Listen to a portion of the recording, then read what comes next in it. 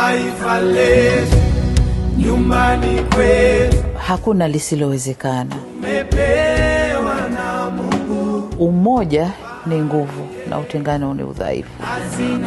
Kwa hiyo mabadiliko ya kifikra ndio changamoto kubwa. Kufika kwenye huku si miujiza, ni jitihada. Ni taifa la Watanzania, wala sio taifa la mtu mmoja wala kabila fulani, ni la taifa la Watanzania wote. Twendeni tukafanye kazi, tujenge taifa letu. Mimi ni rais na natakiwa kufanya nini? Mfanya kazi, mkulima, mfanya biashara, mvuvi, yoyote yule, twende tukafanye kazi, tujenge taifa letu.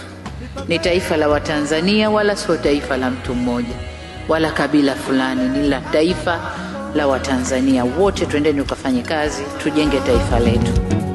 Yeah, yeah, yeah.